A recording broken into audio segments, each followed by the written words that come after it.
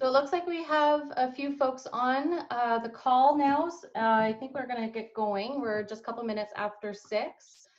Thank you again for everyone who has tuned in tonight to tonight's session of artwork. This is our third installment of artwork in a Zoom platform, and we're getting a little bit better every single time. So for those of you who've been with us every time, your feedback after the session would be greatly appreciated in areas that we can improve upon. And I will start with an acknowledgement statement that the City of Lethbridge, Allied Arts Council acknowledges that we are gathered on the lands of the Blackfoot people of the Canadian Plains, and we pay respect to the Blackfoot people, past, present, and future, while recognizing and respecting their cultural heritage, beliefs, and relationship to the land. The City of Lethbridge is also home to the Métis Nation of Alberta, Region 3. For those of you who don't know, my name is Dawn Leidy. I am the Community Relations Manager with the Allied Arts Council of Lethbridge, and I'll be the moderator for today's session. We also have Tara Galanders, who's the Membership and Projects Manager with the Allied Arts Council, and she'll talk a little bit about some of her programs, and Angeline Simon, our presenter, who you'll get to hear lots from later on. Just gonna move, see if, there we are. So our agenda tonight, we'll do a little bit of housekeeping. Tara will do the introduction, we'll have the presentation by Angeline. There'll be some time for questions at the end, and then a little bit of a closing. So thank you for those of you who've already introduced yourself into the chat box and your art practice. If you do have questions throughout the session, please put them either in the Q&A box or the chat box. I'll be moderating that, and to the best of my ability, if it's a question that is pertinent to a particular slide that we're on, we'll be able to gauge when there's a good time to ask that of Angeline. And if it looks like it's a general question, we'll try to keep those to the end. I am recording the session today, and we will distribute the recording to those participants who've registered today or tomorrow. We'll also send out the slideshow to you as well, and that will be to everyone who has registered. So if there's folks who are tuning in a little bit later tonight, they'll still get that. Immediately following tonight's session, there will be a short 5-question survey that will pop up. Please do fill that out to let us know how tonight went and if there's any areas that we can improve upon. We do appreciate the feedback, and we have been reading the comments and making some adjustments. Our next artwork session is scheduled for the first Thursday in August. And we're working on finalizing the next 4 to 5 sessions over the coming months, and we'll be posting them to social media and our website in the coming weeks. So you can anticipate, at least now until November, the first Thursday of the month at 6 p.m. will be an artwork session. And I think that might be it for all of my housekeeping pieces. I'm going to pass it over to Tara, and she's going to talk a little bit about what we do with the Allied Arts Council. Hi, everybody. My name is Tara Galanders, and I'm the Project and Membership Manager for the Allied Arts Council.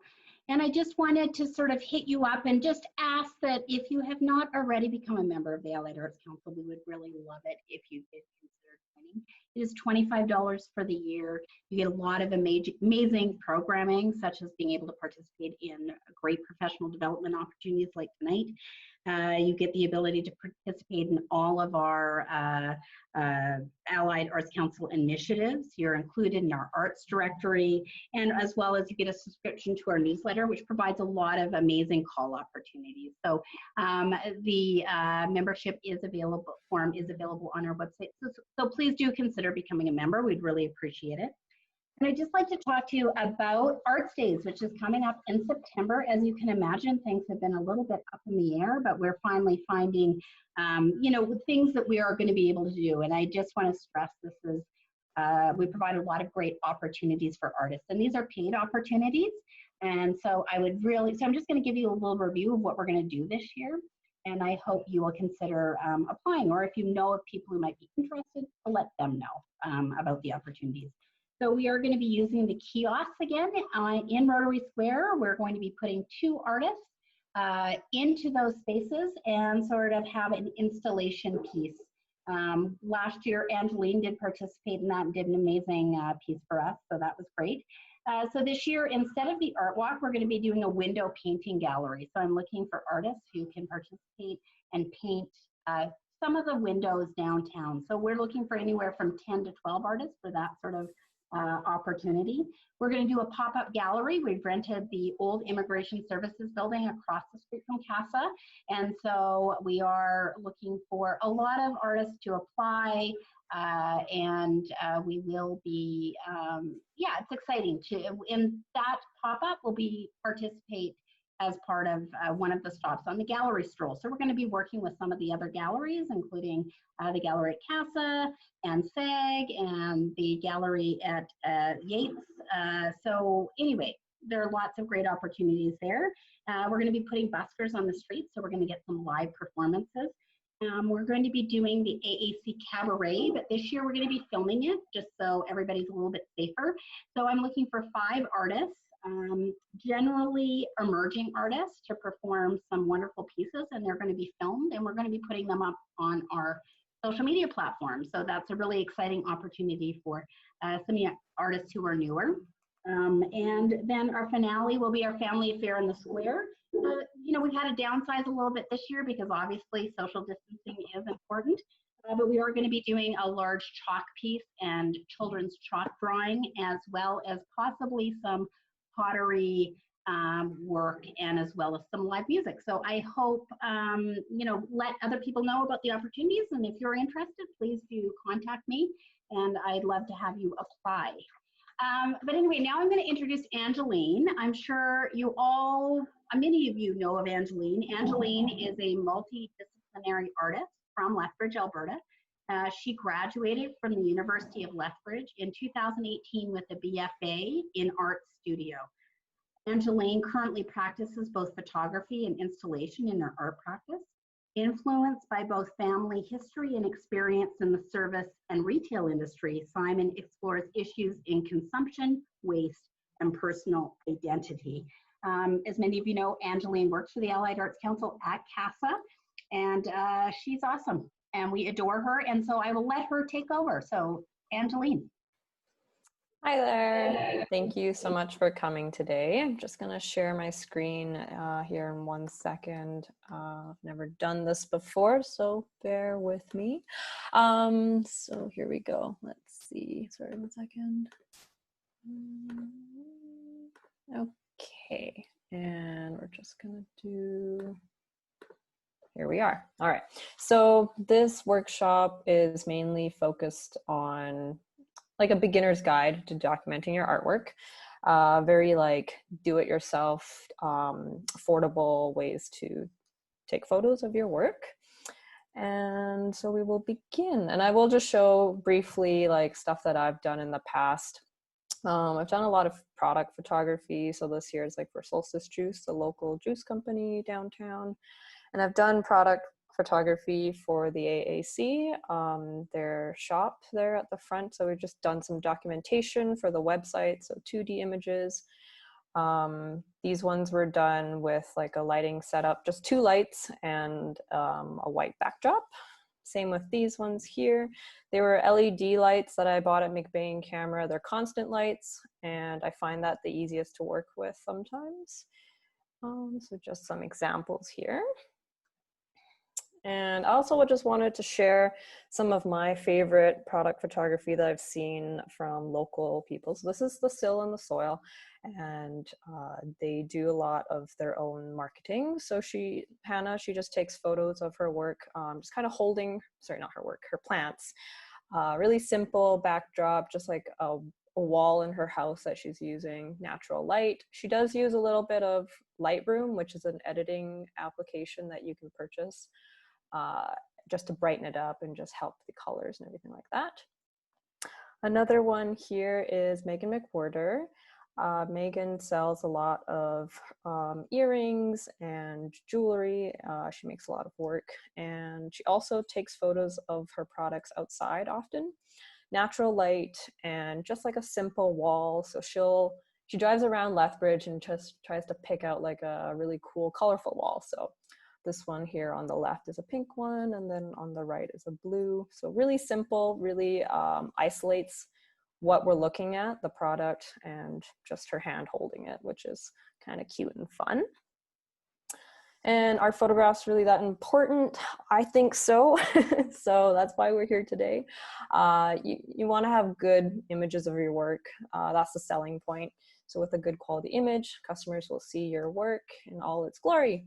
Online purchasing is becoming very popular. So if we want to sell, we have to do good marketing. These were just some images that I took of Aaron Hagen's paintings. This is a fundraiser that we're doing at CASA right now.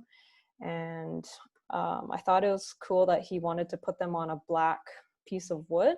So I just photographed them there. So it really helps all the colors pop out. So that was nice. Oh, sorry. Okay. So what do we need? A camera. And I wouldn't say there's any specific camera that you need for product photography. I think everything that you can purchase these days it's good quality. You could use a smartphone. I'd recommend probably like some of the more recent models. If you have a smartphone from like 6-7 years ago, the camera's probably not as good as the recent ones we have today, but that's okay. And then, yeah, like if you're using a smartphone, I always recommend just zooming in ever so slightly, because there's often quite a wide field of view for those cameras. So there might be some distortion if you're just taking a photo without zooming in a bit. And for digital cameras, oh, sorry, 1 second here. Oh, I'm going too fast. Okay. Second, we need a tripod. I definitely recommend this because you want to make sure your images are sharp, they're crisp. We don't want any blur. So there are smartphone tripods available at local McBain camera store. So it'll be like probably a smaller tripod. You'd probably have to prop it up on like a table or something like that. And yeah. So digital cameras on the manual setting, I just want to also point out quickly that a tripod will allow you to use a slower shutter speed. If you're using a camera on the manual setting and you want to decrease your ISO, which is your sensitivity to light, so this will allow your camera to be, yeah, just to have like a sharper image and less noise. Okay, so just keep going here. And so these are just some examples of tripods I found. There's some really affordable ones. If you want to support local, we have the McBain camera on here, McGrath. And lots of options for DSLR cameras. Here's just a really cheap option if you don't have one that I saw online. And so we'll start with the tips. Tip number 1, so isolate your artwork by using a backdrop. So a backdrop will essentially create a stage for your artwork. And a seamless backdrop will definitely help keep your object in focus with 0 distractions. So if you want to keep it really budget friendly, we can just use dollar store poster paper. I've used a lot of different colors for like fun shoots, but using white will probably be the most standard. It's really cheap and affordable. I think it's like $1.50 or something like that for 1 sheet. I often use painter's tape to just hold the paper in place, or a plastic clamp. And I also use like a bit more of an advanced backdrop setup for like photo shoots, or like if I had to photograph something really big. But yeah. So why a backdrop? Well, without a backdrop, you have a lot of distracting scenes. So for example, this image on the left, yeah, it's just a lot happening, stuff in the living room. And then the image on the right, well, it's completely isolated. There's 0 distractions. And it's super simple to create a backdrop. You just need a chair, some paper, and a clamp, unless your unless your artwork is really big, then we'd have to, of course, get a bigger setup. So here is like just a quick sample image of how I set it up the other day.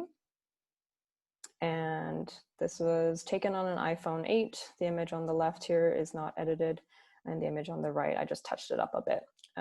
So within your smartphone, there should be like a way to edit. And I like to do that just because sometimes the white balance is not fully correct, and I like to brighten things up a bit.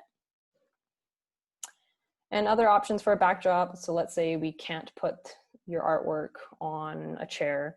Well, we could probably hang it up on a wall, indoors or outside. And you could also use fabric if you don't like to buy paper, or just something that you have at home. But I always recommend something that's not distracting, so like no patterns or anything like that.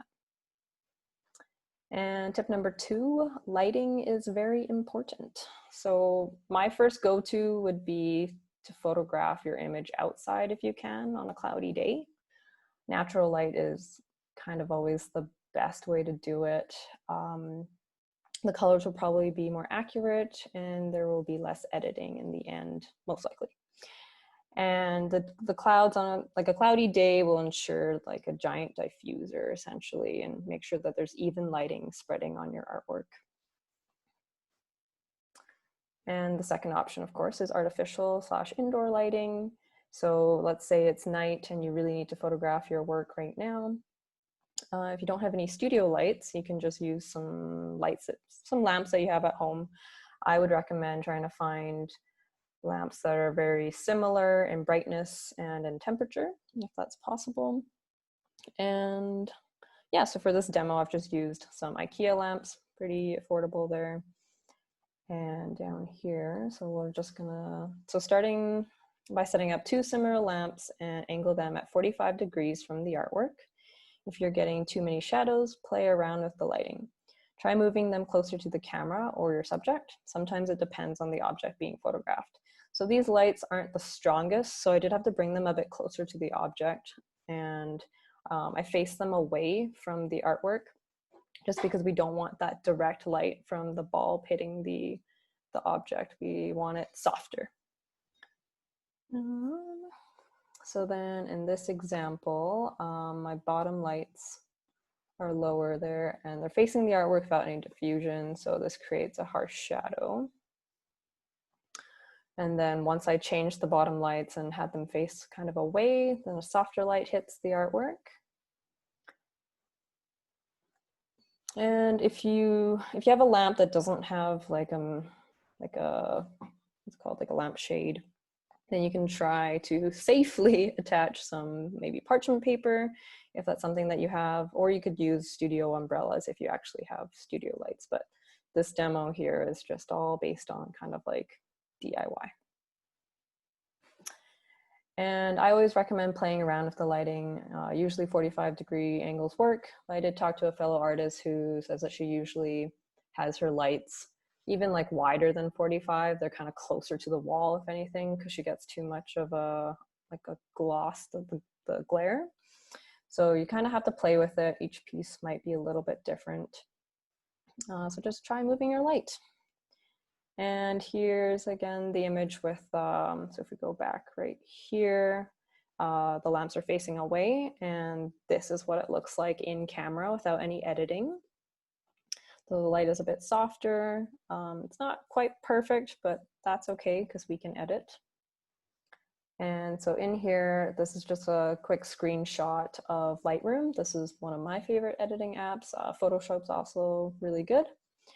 And here is the after. So I just made some adjustments. I changed the temperature a bit. I changed the exposure, the contrast, a little bit of the highlights, the shadows, and the whites there. And then I just increased the vibrance a bit. And here's the end result. There's still a little bit of shadows, but often if you're documenting like a painting or a drawing or something like that, you're probably going to crop out the wall. Like you're probably just going to want just your image. So yeah. And now I'll just show you a little bit of a demo of shooting your work outside. So this was actually just done yesterday at around 8 p.m. There's lots of clouds and trees. So I just had to rearrange the chair a bit until there's about even coverage of light on the painting. And then here it is without any editing. It's a little bit overexposed, but that's okay. And then I just kind of pulled down some of the highlights, the exposure a bit to where I thought that it's mostly accurate. And then that's the final result. And the right-hand side there, just cropping out the paper in the back. So tip number 3, centering your 2D artwork. This is not so much important for 3D. 3D, you have more freedom as to which angle you're shooting, but for 2D, we want to be as centered as possible. So try to use grid lines in either your smartphone or your digital camera. Most cameras should have this function in the menu settings. And you just want to, point center and just make sure your camera is parallel to the work. Sometimes I've personally had to take multiple images. I can't really tell sometimes on like the screen of my camera if it's perfectly centered. So I'll take a few and then I'll look at them in in Lightroom, and I'll just pick the best one. And for 3D artworks, just think about which angle best represents your work. Try multiple angles even. Sometimes a piece does require more than one viewpoint. For example, this dish here, we can't see the bottom of it from the side view. So then I took like a bird's eye view shot of it. So it kind of goes through all of that. Tip number 4, white balance. So if possible, set your white balance manually. Most cameras do have like the automatic setting, which is not bad, but if you do have the option, try to do it manually or just be a bit more specific. I haven't been able to do this with an iPhone, just digital cameras.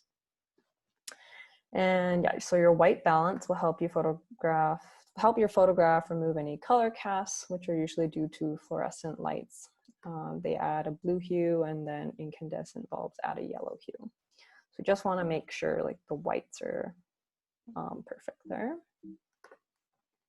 This is just a quick sample I found online, just showcasing different white balances there. So in your auto settings, the cat looks slightly a little bit blue, and then in the daylight it looks more accurate.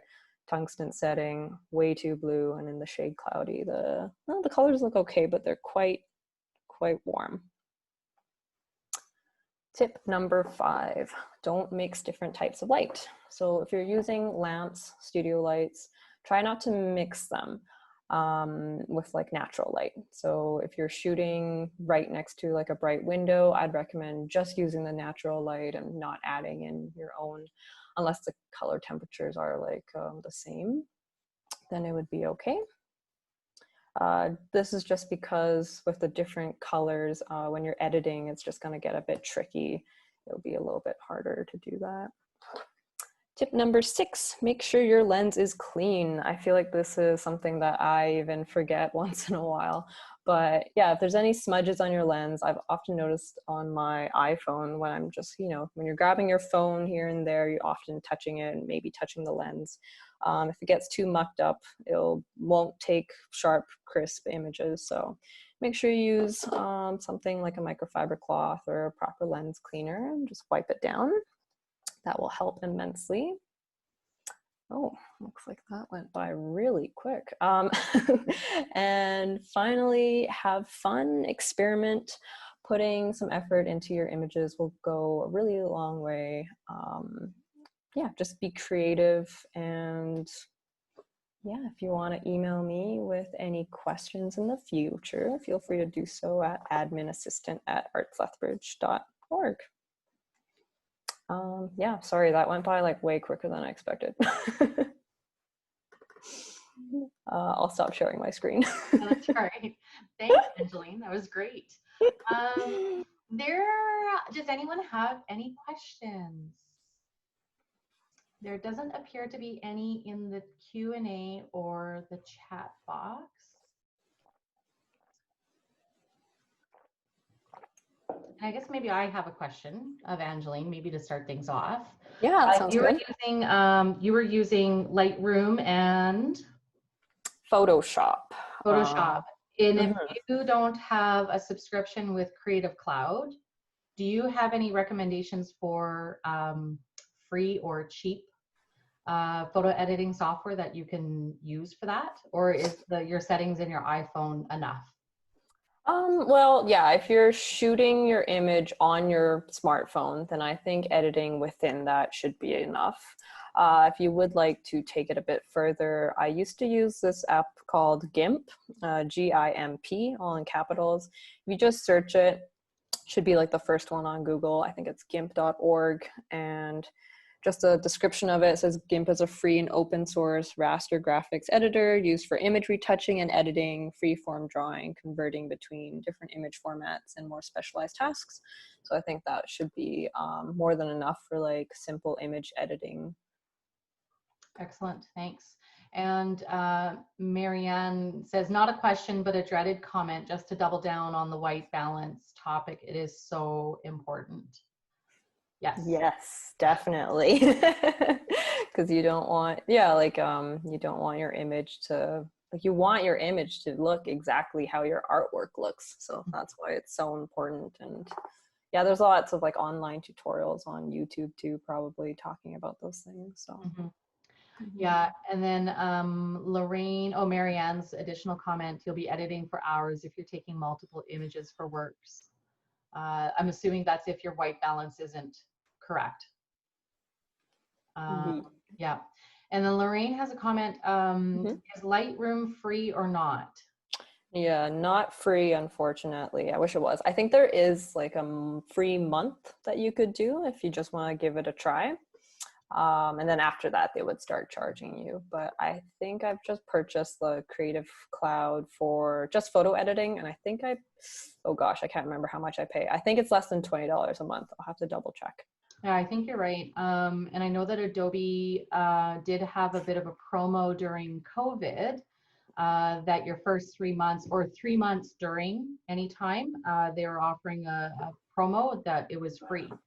And yeah, I know that there's different plans with the Creative Cloud, and I think you're right, the first month is free. So I think that's a really good way to just like test the waters, see if you need this, if you want to get into like a bit heavier editing than a smartphone app. Now, I guess I have another question that off of that. Lightroom on your desktop, is it quite a bit different than Lightroom on your mobile device? Because I know there's a mobile version, right? Yeah, I've used the Photoshop mobile version. It's definitely more simplified.